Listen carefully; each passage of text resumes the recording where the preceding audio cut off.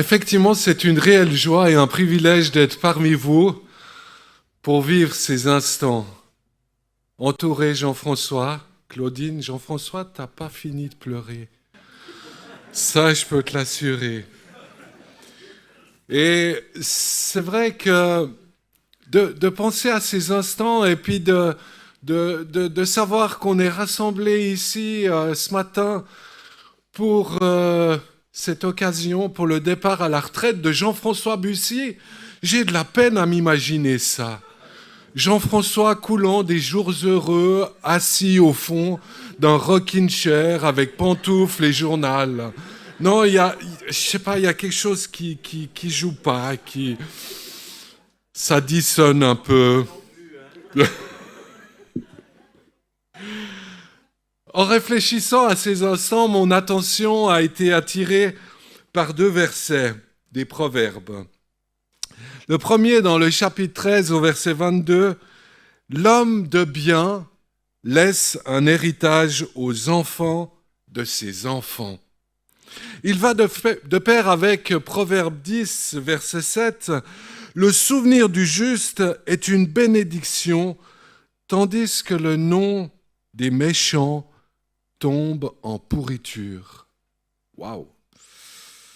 Voilà le premier volet d'une prédication à 3 voix.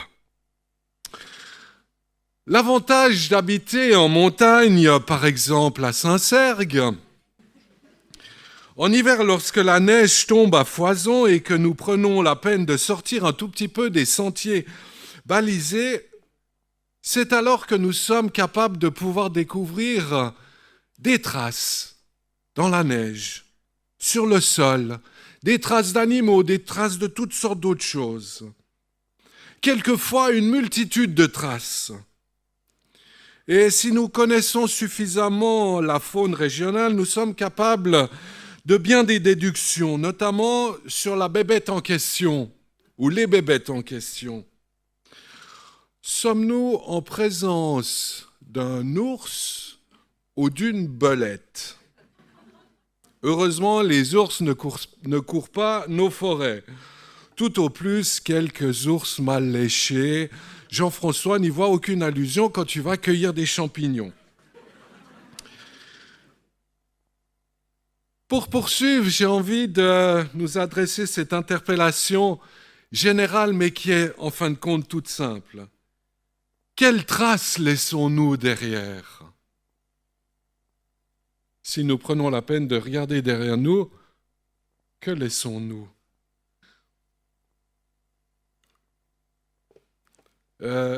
Encore dernièrement, je me suis surpris à me poser ce genre de questions, mais en fin de compte, quel est l'impact de ma vie ? Et ce questionnement peut surgir à n'importe quel âge, quel que soit notre âge. Nous sommes capables de nous poser ce genre de questions, mais en fin de compte, qu'est-ce que je laisse derrière moi ?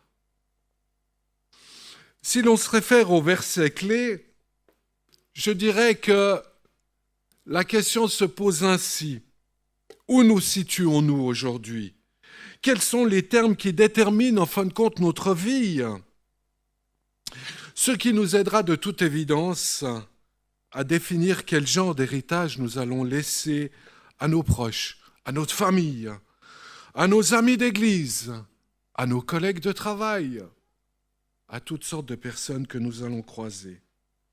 Un inventeur, Charles Kettering, a dit un jour « La meilleure chose que cette génération puisse faire est de poser quelques jalons pour la prochaine. » À court terme, les gens évoquent notre nom, ils peuvent parler avec admiration de ce que nous avons accompli et acquis pour nous-mêmes. Mais à long terme, ce dont on va se souvenir véritablement, c'est ce que nous aurons été capables de faire aux autres. Donc ce que je vais laisser en héritage, c'est ce que je vais confier à la prochaine génération, à ceux qui m'entourent, à ceux qui me suivent, à ceux qui me poursuivent. En l'occurrence, il peut s'agir de biens matériels. Encore dernièrement, mon fils m'a dit « Papa, je prends une option sur la collection de tes disques vinyles. » Waouh! Tu prends un peu d'avance, mon fils. Tu me donnes un coup de vieux, là, tout d'un coup.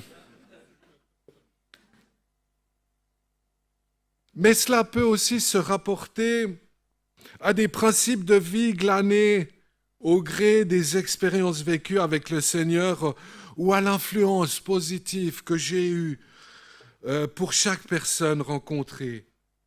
Tout ce que j'aurais pu faire pour les autres, étant pleinement dans la volonté de Dieu. Si l'on veut être en bénédiction, il est essentiel d'abord de se soucier de notre entourage et de le démontrer par des actes concrets et inspirés. Alors que devons-nous cesser? Que devons-nous commencer? Que devons-nous améliorer pour faire de cette réalité notre quotidien, être en bénédiction pour les autres? Permettez-moi d'être un petit peu plus personnel maintenant. La séquence émotion. Jean-François, ce que je suis aujourd'hui, c'est parce que Jésus, tout simplement, et tout d'abord m'a fait grâce. Il m'a donné ce cadeau que je ne méritais pas.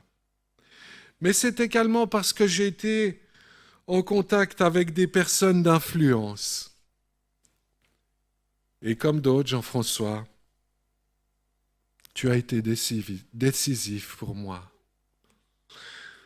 À bien des titres, loin d'être exhaustif, il y a quelques éléments que je voudrais vous partager à tous. Lorsque je suis sorti tout frais moulu de l'école biblique en 1991, j'étais plein d'illusions face au ministère. Je m'imaginais toutes sortes de choses. Waouh! La réalité est quelque peu différente. Et c'est vrai que le stage qui a suivi et la collaboration après coup avec Robin, avec Jean-François, Gaël, on s'est juste croisés, mais enfin, voilà. Et puis, notre rencontre avec vous, l'Église, m'a aidé à prendre conscience de l'importance d'être habité d'un savoir-être et d'un savoir-faire qui n'est absolument pas la recherche d'une ambition ou d'un pouvoir, mais bel et bien d'être au service du Christ et des personnes. Jean-François, tu m'as également appris à vivre et à soutenir les valeurs de l'Évangile, tout en ayant une foi qui s'incarne dans les réalités du quotidien, une foi incarnée, qui ne s'appuie pas sur des émotions ou une ambiance que l'on pourrait éventuellement créer, mais qui s'enracine véritablement dans la parole de Dieu. Ensuite, ces quelques années au Cèdre m'ont permis de découvrir tout l'amour de Jésus pour son Église, pour vous, chers amis, et la responsabilité d'en prendre soin. Ça, c'est une autre chose. Jean-François, tes différentes interpellations à ce sujet m'ont aidé à servir chacun, chacune, avec une attention particulière et un amour qui certainement était inspiré du Seigneur. Enfin, Jean-François, il y en a beaucoup pour toi. Tu as été toujours présent pour orienter mon regard vers l'essentiel. Tu as su discerner en moi les fragilités et le manque d'assurance qui m'habitaient et qui me caractérisaient. À ta manière, tu as su m'aider à prendre confiance en moi, quelquefois de manière directe. Tu te reconnais là? Mais toujours avec des conseils bienveillants. Jean-François, ce sera l'héritage que je reçois de toi, si tu le veux bien, Mais sans plus attendre, je souhaite céder la parole à Robin.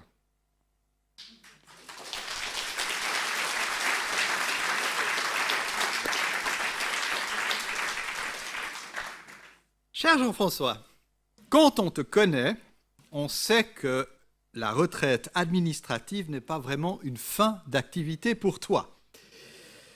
Elle est cependant, c'est ce que nous sommes en train de faire pour part, l'occasion d'un relais d'étape où on fait le point. Ce n'est donc pas une nécrologie anticipée que je vais dérouler devant nous, parce que nous ne sommes pas en train de nous dire au revoir, ni adieu, sauf accident, sachant que ma petite santé cardiaque est limitée. Peut-être que c'est moi qui partirai avant. Mais ce n'est pas le sujet d'aujourd'hui. Au contraire, à bientôt. Au contraire, nous sommes ici ensemble pour nous penser devant Dieu. Et cet exercice concerne non seulement toi, Jean-François, mais nous tous, en tant que communauté. Et je m'y inclus dans cette communauté, vu que j'en ai été membre, semble-t-il assez actif pendant 14 ans. Un psychiatre m'avait, avec raison, dit qu'il ne faut jamais faire de bilan, parce que si on est lucide, on notera tout ce qu'on n'a pas accompli et tout ce qu'on a fait de travers. Un peu comme lorsque Paul, dans la lettre aux Romains, se lamente de ne pas faire le bien qu'il voudrait et de commettre le mal qu'il ne voudrait pas.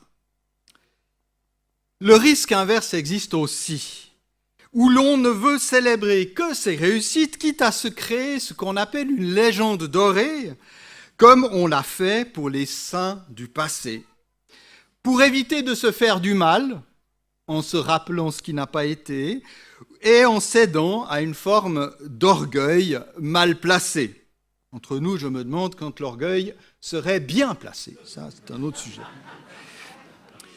Il y a toutefois une manière saine, et je dirais même sainte, de penser le chemin parcouru, qui évite ces deux écueils et qui évite les traumatismes générés par le perfectionnisme ou par la fierté. Donc je nous propose pour cela de méditer sur quelques lignes de l'apôtre Paul qu'il a écrites aux chrétiens de Corinthe, une des églises qu'il a fondées et dont il s'est le plus occupé. D'ailleurs, elle est utilisée et présentée par Calvin face à tous les gens très perfectionnistes qui cherchaient l'Église parfaite. Il a dit, imaginez la pire des églises du Nouveau Testament, avec de l'inceste, la négation de la résurrection, les gens sont des procès les uns aux autres. Cette église-là, où personne d'entre nous ne voudrait habiter ou vivre, eh bien, c'est une de celles dont Paul s'est le plus occupé. Je ne suis pas en train de parler de vous, ne vous en faites pas. À moins que, dans mes 14 ans, je sois passé vraiment à côté de certains trucs. Le premier texte est dans la première lettre de Paul, le second sera dans la seconde. Voilà ce que dit Paul au 3e chapitre des Corinthiens. Qui est donc Apollos? Qui est Paul? Ce sont des serviteurs par le moyen desquels vous avez cru, conformément à ce que le Seigneur a accordé à chacun. J'ai planté, il ne dit pas je me suis planté, j'ai planté, Apollos a arrosé, mais c'est Dieu qui a fait grandir. Ainsi, ce n'est pas celui qui plante ni celui qui arrose qui compte, mais Dieu qui donne la croissance. L'Église est à Dieu premièrement. Elle est l'Église de Jésus-Christ. Le miracle, c'est Dieu qui l'opère. La gloire de ce qu'elle est revient à Dieu et à Dieu seul. Qui est Jean-François, ou Robin, ou Gaël, ou Michel, ou le Conseil, ou je ne sais qui d'autre? C'est Dieu qui fait grandir, et personne d'autre. Et sous l'angle de ce pouvoir, lui seul compte. C'est au fond très réconfortant, très réconfortant. On n'a pas à se convaincre d'être le donateur de la vie du Saint-Esprit, voyez-vous, car seul Jésus donne l'Esprit. Il ne passe par les mains et par le fluide de personne, même pas des apôtres dans la Bible qui se contentent de prier et de voir l'Esprit descendre d'en haut. On dit qu'un pasteur luthérien, sur son lit de mort, s'est écrié, avec sans doute pas mal d'humour, « Je me réjouis de rejoindre le Seigneur, car je ne pourrais me prévoir devant lui d'aucune bonne œuvre. À lui seul soit la gloire. » Mais ce n'est pas toute l'histoire, il ne faudrait pas s'arrêter à ça, parce que rendre gloire à Dieu seul ne fait pas disparaître les serviteurs du paysage. Ça ne fait pas disparaître Paul, ça ne fait pas disparaître Jean-François, ça ne fait pas disparaître Robin. Et c'est là que je nous propose de lire un autre texte dans la seconde lettre aux Corinthiens. Voilà ce que dit Paul à la communauté. Il faut que nous l'écoutions maintenant en tant que communauté. « Il est clair que vous êtes une lettre de Christ, écrite par notre ministère, non avec de l'encre, mais avec l'Esprit de Dieu. L'Esprit du Dieu vivant, non sur des tables de pierre, mais sur des tables de chair, sur les cœurs. Telle est l'assurance que nous avons par Christ auprès de Dieu. Je ne dis pas que nous soyons capables par nous-mêmes de concevoir quelque chose comme si cela venait de nous. Notre capacité, au contraire, vient de Dieu. Bon, dans le cas de Jean-François, je pense qu'au lieu d'une lettre, il faudrait plutôt parler d'une partition. Et l'Église, elle, serait composée de noirs, de croches, de rondes, et puisque certains sont plutôt taiseux, de silence et de quelques pauses. On admettra aussi ici et là qu'il y a eu quelques couacs dans la fanfare, mais je pense qu'on peut voir le ministère de Jean-François à la lumière de ces dons de compositeurs inspirés, dont l'Église est devenue la portée, la partition. Et c'est l'insigne privilège de Jean-François d'avoir été inspiré pour la composition de la partition qu'est l'Église. C'est le vôtre, ou la nôtre, en tant que communauté, d'avoir bénéficié de son service pour que l'Esprit Saint nous place sur notre portée au service de Jésus par la grâce. Car vous le savez bien, le miracle de l'Église est aussi le miracle de notre humanité, des harmonies et des accords que seul Dieu a pu créer. Qui d'entre vous aurais-je croisé dans la vie, entre guillemets, normale, si le Christ n'avait pas été notre cœur, et vice-versa. Donc, malgré les bémols et quelques dacapos qui font recommencer toute une partie de la partition, celle-ci est plutôt réussie. Puissiez-vous, Jean-François, et la communauté qui l'a servi, comme le faisait Jean-Sébastien Bach, apposer au bas de la page un beau SDG, Soli Deo Gloria, à Dieu seul soit la gloire. Et, en finale, sur l'air de « Un jour dans tes pavés vaut mieux que 1000 ailleurs », nous pouvons remercier Dieu qu'en lui, le bilan vaut mieux que 1000 ans.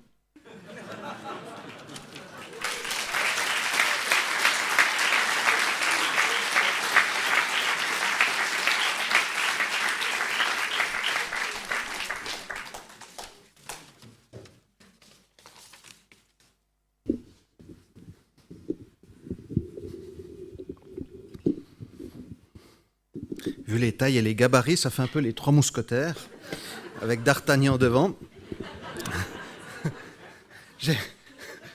C'est mieux que les 4 Dalton, mais je ne vous dirai pas celui que je pense être.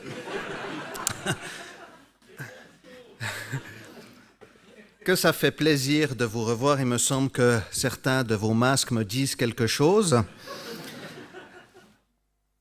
Je suis venu ici il y a bien quelques années, en 2006, de 2006 à 2010, où j'effectuais mon stage pastoral, Robin Rive étant mon maître de stage, et Jean-François qui m'a aussi accompagné dans cette démarche. Autant dire que j'étais très très bien entouré. Et j'avais à cœur, pour conclure ce message à 3 voix, de nous rappeler l'importance de la provision divine. Nous lisons sans tarder dans Exode, au chapitre 31, les versets 1 à 4. « L'Éternel dit à Moïse, « Sache que j'ai choisi Betsalel, fils d'Ouri, et petit-fils d'Our, de la tribu de Juda. Je l'ai rempli de l'Esprit de Dieu, d'habileté, d'intelligence et de savoir-faire pour toutes sortes de travaux. Je l'ai rendu capable de faire des inventions, de travailler l'or, l'argent et le bronze. » Alors nous voyons que dans la construction du tabernacle, Dieu est à l'œuvre. C'est son œuvre, son plan. Il donne des instructions à Moïse et chacune va apporter de l'or, de l'argent, du bronze et tout le matériel utile à la construction du tabernacle. Jean-François me rappelait souvent ce que nous trouvons, je dois en avoir dans ma poche, sur la tranche d'une pièce de 5 francs. Une des leçons que j'ai apprises ici, Dominus providebit, Dieu y pourvoira. Et nous y voyons également, sur une des faces, un berger inconnu. Alors Paul avait vu à Athènes, parmi toutes les idoles, un Dieu inconnu, et il a profité de leur annoncer que ce Dieu inconnu, c'est Jésus-Christ, et combien il est essentiel, primordial de dépendre de lui. Jésus l'avait bien précisé, « Sans moi, vous ne pouvez rien faire. » Et ce berger, Jésus, n'est pas seulement celui qui va nous donner tout ce dont nous avons besoin, il est celui aussi qui va nous conduire.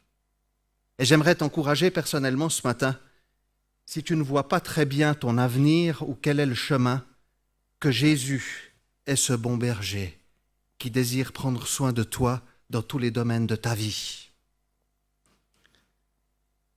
La provision de Dieu.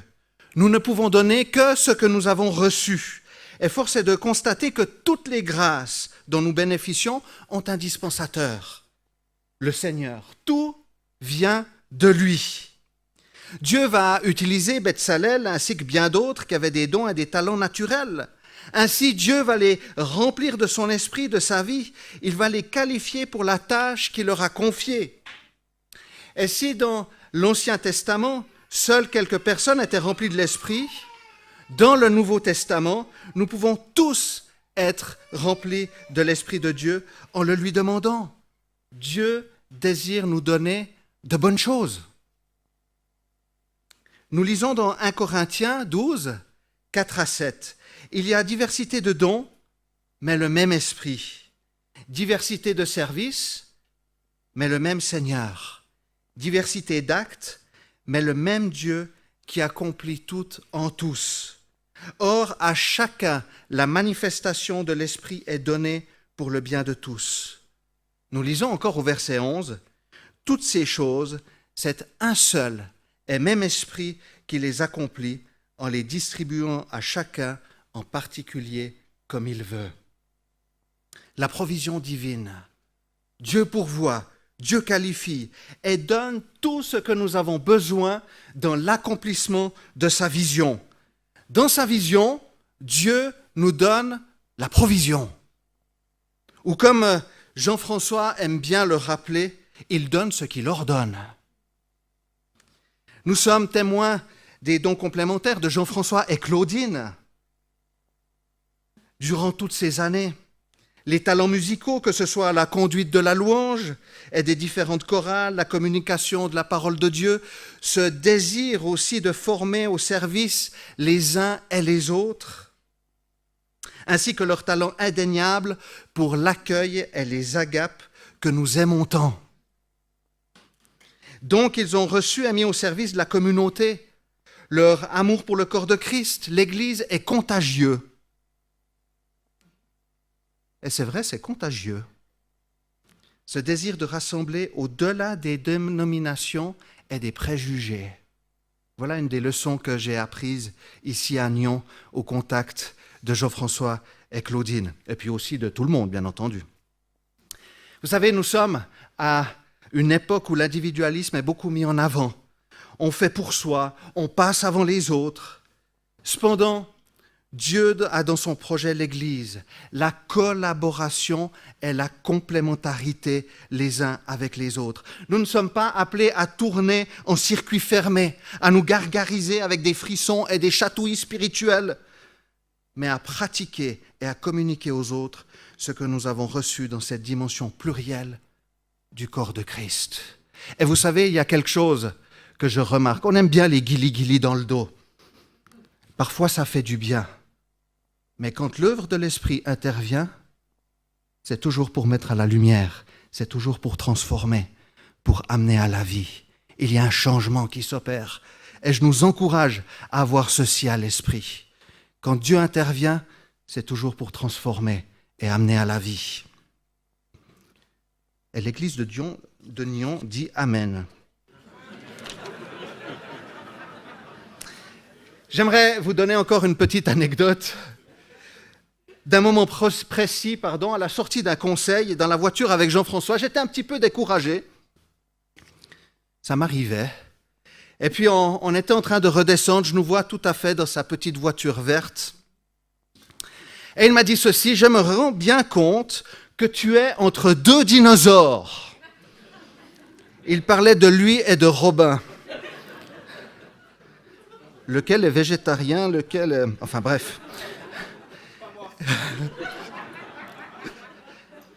Et je me rendais compte aussi que sur ma chemise, c'est mis mammouth. Je ne sais pas si c'est... Mais Jean-François m'a dit ceci: mais nous allons te faire de la place. Et cette discussion a eu un écho dans mon service. Là où nous nous sentons incapables, où il est plus facile de voir ce que les autres ont reçu et ce que nous pourrions envier et jalouser, le Seigneur désire nous remplir de sa vie, de son esprit, et c'est lui qui nous qualifie. Dieu a un problème avec nos forces, parce que c'est là où nous résistons à être dépendants de lui. Qui oserait mettre sur son CV ses faiblesses? En général, on met des faiblesses positives.